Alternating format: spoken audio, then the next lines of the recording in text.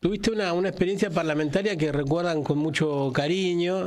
Bueno, yo sé que compartiste con Gastón Arizpe, que es un amigo que tenemos en común. Pero sí, pobre Gastón, sí. ¿Y cómo te proyectás hoy en la posibilidad de ser diputado o volver al Parlamento? Bueno, bien, por supuesto que, mira, la pregunta es, a ver, ¿no? Dice, ¿qué sería ganarle al oficialismo? Porque yo digo que ganarle al oficialismo, ¿no? ¿Qué sería ganarle al oficialismo? Ganarle al oficialismo es ganarle a la derecha. Cuando hablo de la derecha, hablo del PRO, la Libertad Avanza, el radicalismo, el Encuentro Federal, en la provincia de Buenos Aires, ¿no? ¿Qué sería ganarle a la derecha? Sería que el bloque progresista, digamos, los distintos partidos del bloque progresista pongan más legisladores que los que puede poner el bloque de derecha.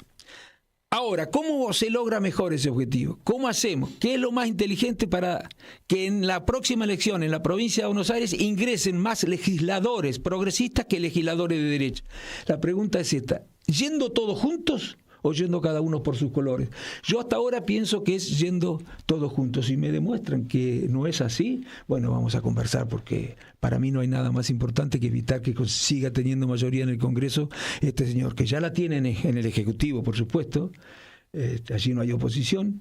Yo creo que hay que frenarlo frente a un Ejecutivo que es el menos republicano que conocimos desde el 83, el más autocrático, el menos federal.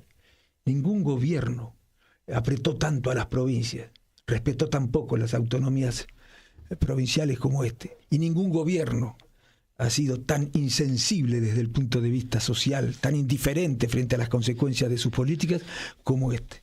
Yo creo que entonces, frente a un gobierno poco republicano, poco democrático, que defiende un proyecto conservador, reaccionario, plutocrático, necesitamos un Congreso muy democrático, muy republicano, muy progresista, que defienda la justicia social y la construcción de una sociedad más equitativa. Me entusiasmaste, Ricardo.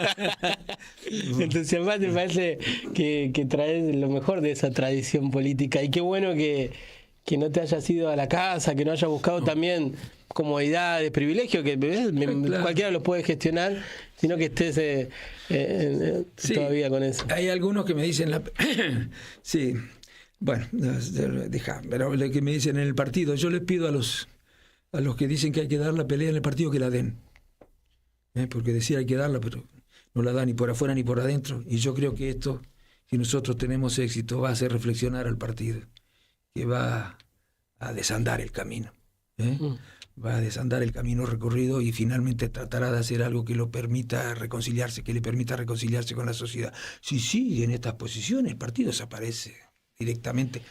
Desde el punto de vista programático, hoy ya no es eso la Unión Cívica Radical, lo que está llamándose Unión Cívica Radical. No les gusta que les diga esto, bueno, pero es cierto. Bueno, vimos que ahí desde la Casa Rosada se hace un revisionismo un poco brutal a veces, pero lo cierto es que hoy, en Semana Santa, hace muchos años atrás, en 1987, hubo un presidente que tomó un helicóptero, se fue, porque había un intento de levantamiento militar.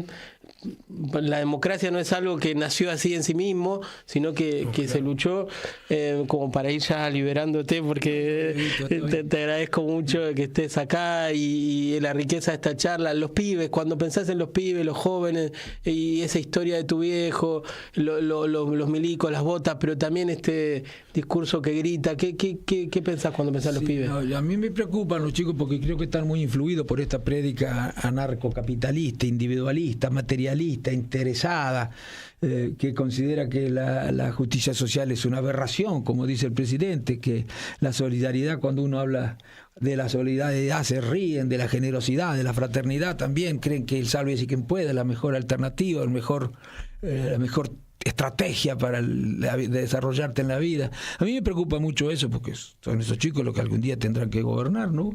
Pero me parece que el péndulo se va a empezar a mover para otro lado. Y yo les digo a los más jóvenes que la vida no es solamente para pasarla lo mejor posible. Por supuesto que hay que procurar ser feliz en la vida, ¿no? Que no es fácil. Pero la vida es también para hacer cosas importantes, para hacer cosas importantes, no para ser importante. eso puede ser frivolidad o alguna otra cosa, para hacer cosas importantes. Y nada hay más importante en la vida que trabajar por mejorar la condición humana. Y se puede trabajar con este propósito de muchas actividades, pero la actividad por excelencia, desde la cual más se puede hacer, aunque sea difícil y muy difícil, es la política. Así que yo le digo a los chicos, a los que hacen política, que eso es lo que los distingue, eso les da identidad valiosa a ellos, que incorporen a sus preocupaciones personales la preocupación por el otro. Eso les da a esos chicos, los que se preocupan por la política, una identidad valiosa. Y eso habla muy bien de su padre, que han sido capaces de formarlos con estos sentimientos que tienen que ver con la preocupación por el otro, no con el sálvese quien pueda únicamente, ¿no? Me sorprende gratamente que no estoy buscando dosis de pesimismo en lo que decís y no te encontré ninguna. ¿Y de dónde alimentás esa esperanza?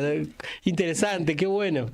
Bueno, yo creo que van a venir cambios, creo que tenemos que hacer nuevamente la experiencia, porque, a ver, cuando nosotros muchos decimos que estas recetas que se están aplicando no van a resolver los problemas, sino que los van a complicar, no es porque estemos llegando a esa conclusión porque adherimos a tal o cual teoría económica. No, es la historia la que demuestra esto. Cualquiera que lea un poco la historia de la economía en el mundo verá que el mundo nunca creció tanto, nunca fue tan igual, nunca hubo tanto ascenso social, nunca hubo sociedades tan cohesionadas, nunca hubo sociedades más igualitarias que cuando no se aplicaron estas políticas. Precisamente cuando no se aplicaron estas políticas. Hubo 2 guerras mundiales, ¿por qué? Porque se aplicaban estas políticas. Yo no digo que la consecuencia ahora tenga que ser 2 guerras, pero creo que se van a producir cambios. Se va a terminar este neoliberalismo que considera que para que la economía funcione, la democracia tiene que reducirse al voto nada más. Que no tiene que meterse, que la dignidad de las personas no es un asunto político. El neoliberalismo dice, no, eso es un asunto personal, la política que tiene que meterse en la búsqueda de la justicia social o de la dignidad, eso lo tiene que procurar cada uno por sus propios medios. Nosotros lo que tenemos que hacer, simplemente dicen ellos, es garantizar la libertad para todos. Sí, es la libertad del zorro libre, el gallinero libre comiéndose a las gallinas libres. Eso es lo que termina haciéndose así, ocurriendo con el neoliberalismo, ¿no? Es una libertad sin moral, una libertad moral. Una libertad sin responsabilidad. Y eso ningún país cuyas sociedades piensen de esta manera puede prosperar. Lo de los jubilados, los debates, el día a día en la calle, ¿ves un reservorio ahí de sí, esta tradición democrática? Sí, señor. Además cuando yo recorro la provincia, que lo hago mucho, voy a las sociedades de fomento, a los centros de jubilados, a hablar con las autoridades, no a las cámaras de comercio, a los sindicatos, a los centros de día, a los comedores comunitarios, y todos me dicen que la gente está muy preocupada, incluso los que los votaron están desencantados. Y bueno, pero hay un problema, nadie capitaliza, todavía está muy enojada, se está enojando con toda la política, es la responsabilidad, la oposición tiene la responsabilidad de construir una alternativa que pueda causar esa frustración o ese sentimiento de la sociedad. Bueno, y en esa dirección hay que trabajar. Y ahora, con lo del fondo, a ver, que no nos engañemos de nuevo. Yo no creo que con estas recetas, a ver, con este acuerdo del fondo y los compromisos macroeconómicos que asumió la Argentina, y las políticas macroeconómicas que está aplicando se puedan resolver los problemas que conduzcan a un equilibrio de las cuentas públicas sostenible.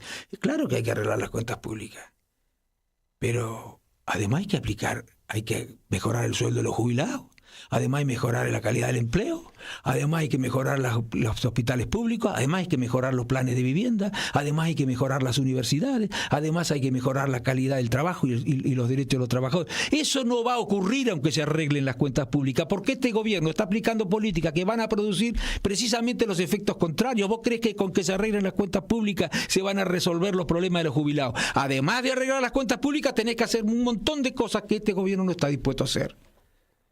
Así que yo le digo a la gente que no se ilusione con que arreglando la cuenta pública lo demás todo está resuelto.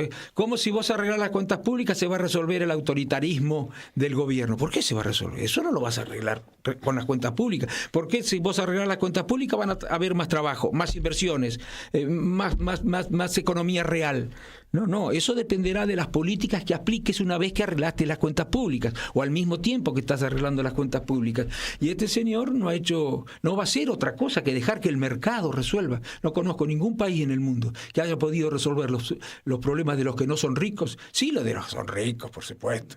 Eso sí, por eso acompañan esos sectores en la Argentina a las políticas de Milei. Pero no conozco ningún país que aplicando esa receta, dejando todo delegado en el mercado, haya hecho que esas sociedades sean más justas. No conozco ninguno, salvo países muy pequeños. No, esta crueldad que describí hace que las cuentas para los pobres, para los humildes, para los trabajadores no den, pero sí me parece interesante esto de que el protagonismo que tienen los que nos están escuchando en este proceso electoral que viene, ¿no? Bueno, eso es lo que tenemos que nosotros tratar de promover, que voten a quien quieran. Si les gusta esto y siguen confiando en eso, bueno, que voten esto. Ahora, si no les gusta esto, bueno, que no se queden en la casa, que voten una alternativa y que sean exigentes con la política, no solamente con los que están en la oposición, con los que están en el oficialismo, con todos tienen que ser muy exigentes. Pero de la política no se puede prescindir. ¿Qué creían? ¿Que cuando ganara Milei, que era un antipolítico, iban a dejar de gobernar? ¿Y qué es el gobierno? La actividad de la política, ¿no es cierto? De la política no se puede prescindir. Ahora, hay políticos que tratan, y es muy difícil, de que los gobiernos hagan cosas que favorezcan a determinados sectores, los populares, y no es fácil, a veces se equivocan y a veces no pueden y a veces los que se oponen son más fuertes, pero y hay otros partidos políticos que creen que lo único que hay que hacer es gobernar para los ricos, porque así se van a mejorar también, van a beneficiarse también los que no son ricos. No existió eso en ningún lado, pero ellos siguen insistiendo con esa teoría de que gobernar para los ricos es beneficiar también a los que no son ricos. Yo pienso al revés. Gobernar para los que no son ricos, vas a ver que los que son ricos también se benefician. Claro. No se puede prescindir de la política, no hay que odiar para hacer política, y cuando la crueldad es política de Estado, no es solo un problema de números. No, claro.